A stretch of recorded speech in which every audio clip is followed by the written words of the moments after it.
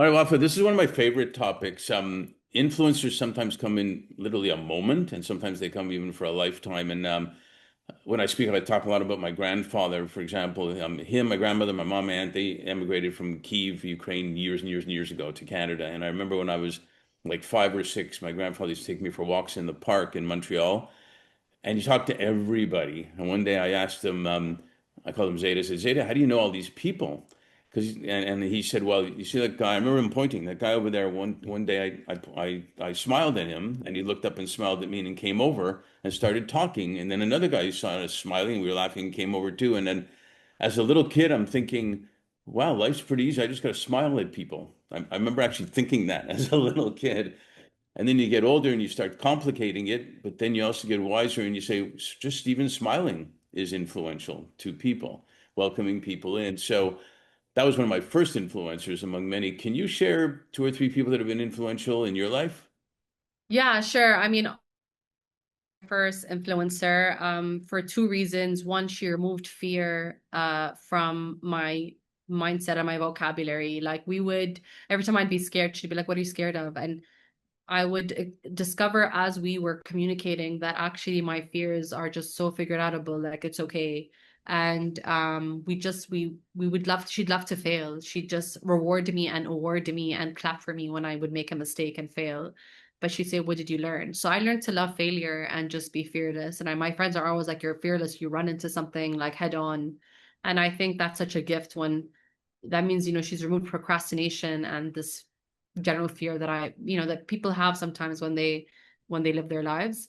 I'd say my second biggest influence is my father, just because he was so tough on me that I have also learned how to glue myself back and maybe also make some tough decisions. Like I've had to learn to walk away from people who've been toxic just because and set boundaries.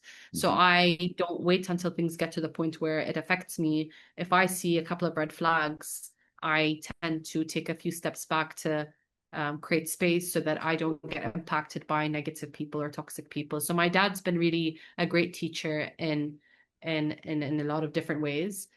And I'd say my third influence is my husband. This is so generic, but he started a tech company before me, and I'm very competitive. And I saw him build more valuable, scalable business than I have in over 15 years. And I just thought he was my hero because similarly, he had this idea on how to solve a very big problem using technology, and his idea is so simple and brilliant. And then I saw him fundraise and in 2 years build something so powerful. And I said, I can do this too. I can solve a big problem too using technology.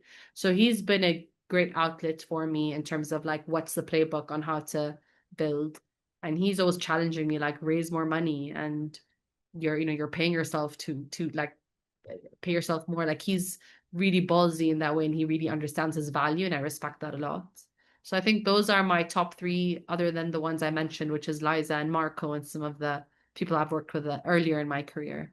I think that's so cool. And kudos to your parents because you're kind of doing what your parents did, it sounds like, when what they did with you that you talked about with your kids. And I see this all the time, just really quickly, where parents come home, whatnot, and they talk and they say, "Man, my job sucks," or this and that, my boss, we're not making a difference, and the kids hear that. Or they come home and they're talking about, "Hey, you don't wouldn't believe what happened today, and we did this and that, we raised money, and you got some joy, even though you're tired. The kids see what you're doing, and that's an incredible thing that the kids take, even without even knowing it themselves, like you did with your parents. Yeah, great sharing, and I think it really makes an impact, even long term, on the family and the community and whatnot. So yeah, thanks so much for sharing that. Thanks, Mark. I loved sharing the stories. I love you that you love sharing.